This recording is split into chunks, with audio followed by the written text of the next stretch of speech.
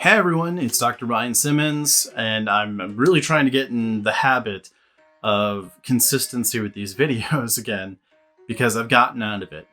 And that's part of the message that I'm going to have to share today. I figured it was time to share my experience with trying to get a job for the first time as a professional.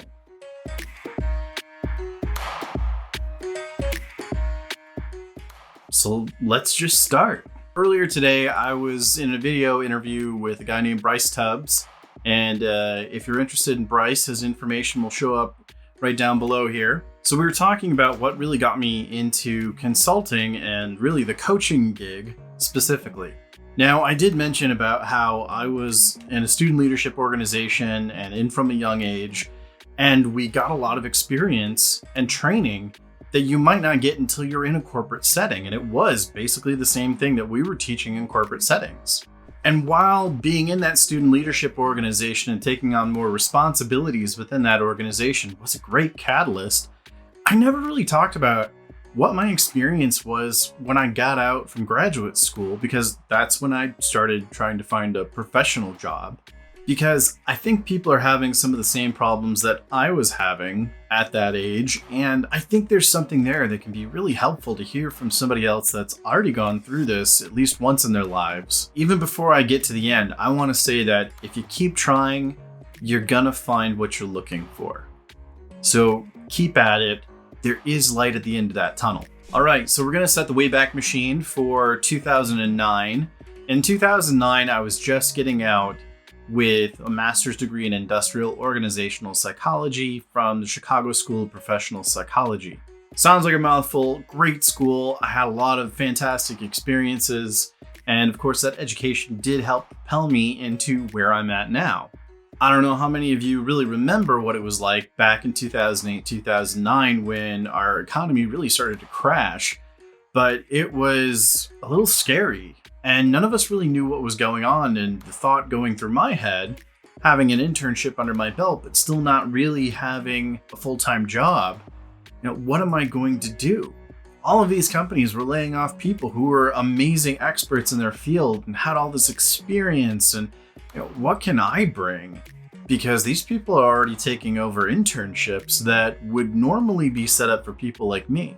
And in some cases, you were able to get jobs, but maybe not paid as much, and you never really knew when it was going to end. And so that time was really, really hard to try to find a real gig to start. Now, you also have to remember that at this time, Monster.com was up, and we had CareerBuilder.com, but we didn't really have as much use of LinkedIn and Indeed.com, and people were not doing applications in the same way that we're doing them today. So 10 years ago, this looked a lot different than you're experiencing right now. And I don't begrudge anybody the fantastic experiences that you can have just from sitting at home.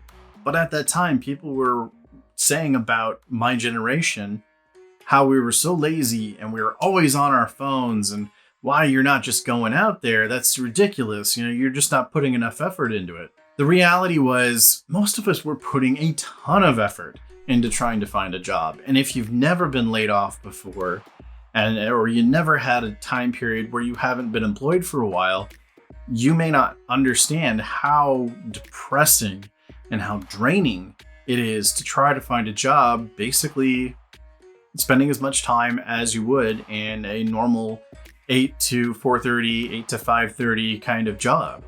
So I was lucky enough to get some experience with a fellow professor that I knew from school.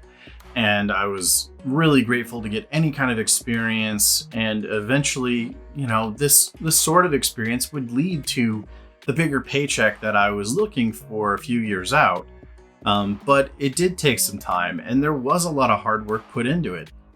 It really did teach me the value of making sure to put in the work before you start grumbling about anything, because there was so much work that we had to put into it. And at that time, you can imagine, not many people were looking to spend money on consultants, because where was the money going around? Everyone was having their house taken away from them and cars taken away from them because you just didn't have the money anymore to spend on your life, on those things that you needed. People were worried about putting food on the table. So fast forward a little bit more, and I'm working on my doctorate because really at that time it was hard to pay my way through and still stay in Chicago, because that's an area where there's a lot of stuff going on. Back where I grew up in Michigan, there wasn't a lot going on. And so at the time that I'm working on my dissertation, mind you, from my parents' house, living in their basement, and not having much income. So yeah, I was one of those people. I lived in my parents' basement and I did as much as I could. And I even took on any job I could at that time. I was substitute teaching. And while, the teacher's kid makes a very great substitute teacher because they understand classroom management, which is something I had learned, of course, way back when I was in middle school and in high school, when I was doing leadership trainings.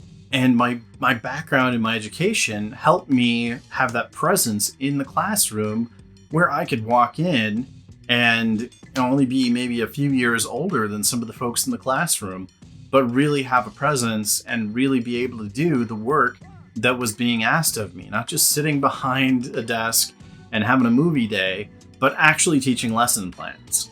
And that helped me be very successful in that arena, which meant more jobs.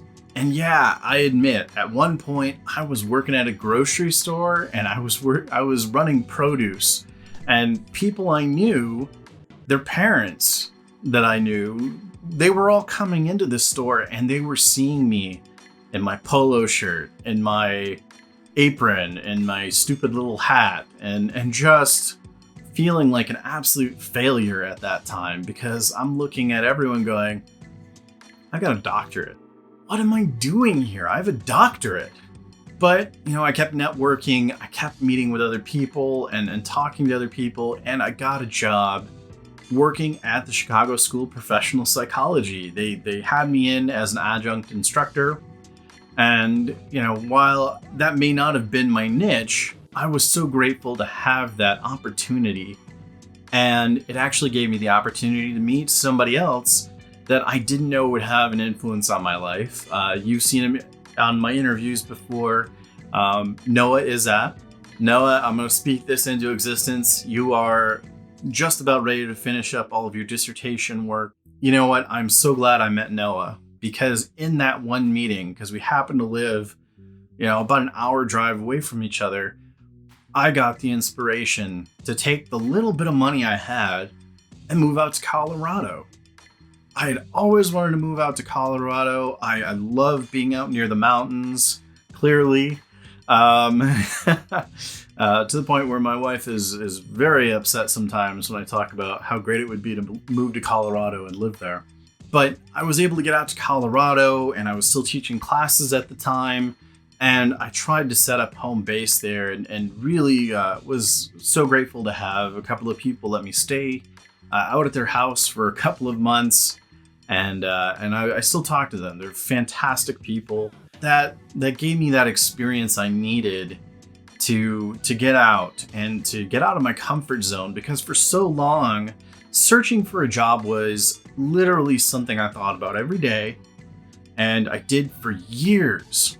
The one thing that happened when I unfortunately was not able to stay in Colorado, had to move back to Michigan, the one thing I really learned from that experience was always be looking.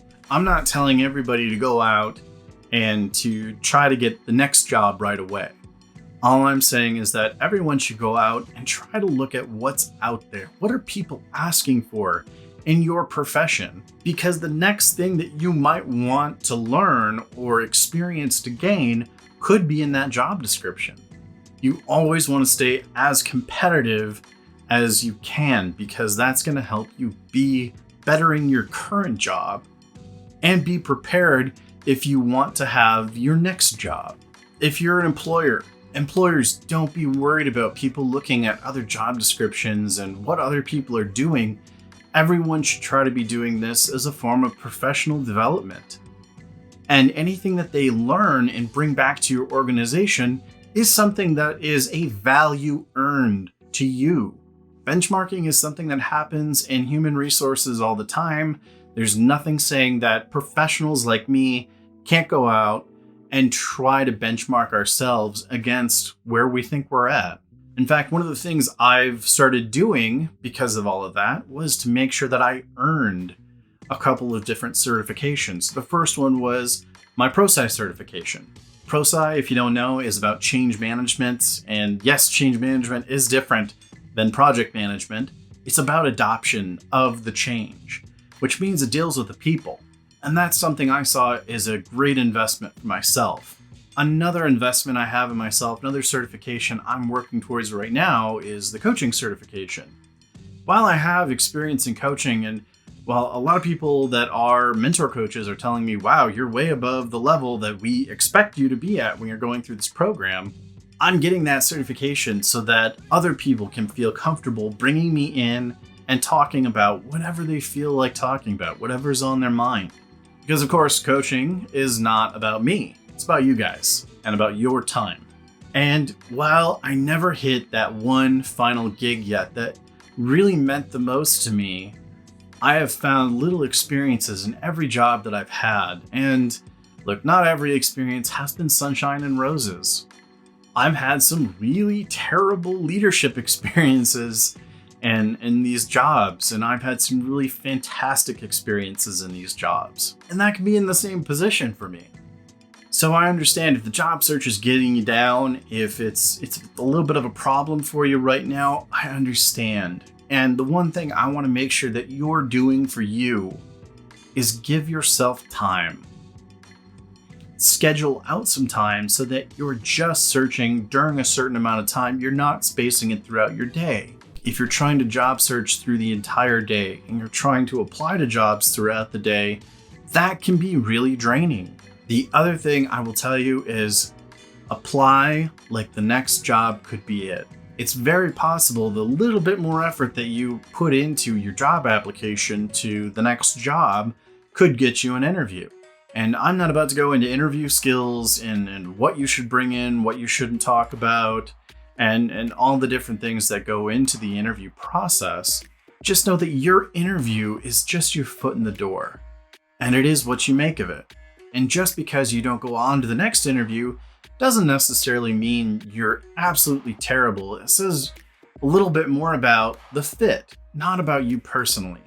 And the last thing I'll say with all of you out there who are searching for jobs, because so many people have lost their jobs throughout this pandemic, there are people out there that are interested to help you and do it for free. There are a lot of us who have been in your position, and we understand how terrible it feels. We are looking for people to develop. And if you think that right now, just because some of your dreams are not coming true and you're depressed, it's not the time to engage somebody, I'm going to argue that maybe right now, because things aren't moving forward for you and you need a cheerleader, I think right now is the perfect time to talk to somebody about turning everything around for yourself and getting into your experience and trying to help you move up that emotional ladder. Because the way you do one thing is the way you do everything. All right, guys, do go ahead and check out some of the other videos here. Like and subscribe if you liked everything that you heard and want to hear a little bit more. Please go ahead and comment. If you want to know when the next video comes out, I need you just to hit that subscribe bell so you know when it comes. If you want to learn a little bit more about me and what I do, go to rhsimmonsconsulting.com for a little bit more information. And if you're interested in a coaching appointment and you fit the criteria of who I'm really looking to talk to, go ahead and reach out. Maybe start a 30-minute appointment with me. Those appointments are free, and it's really just to make sure that we are a good fit. I won't reject you, but I want to make sure that we're talking about the things that matter to you and that I can really help you. If I can't, I'm going to try to pass you on to somebody else who I trust. All right, guys, until next time, my name's Dr. Ryan Simmons, and I will see you out there.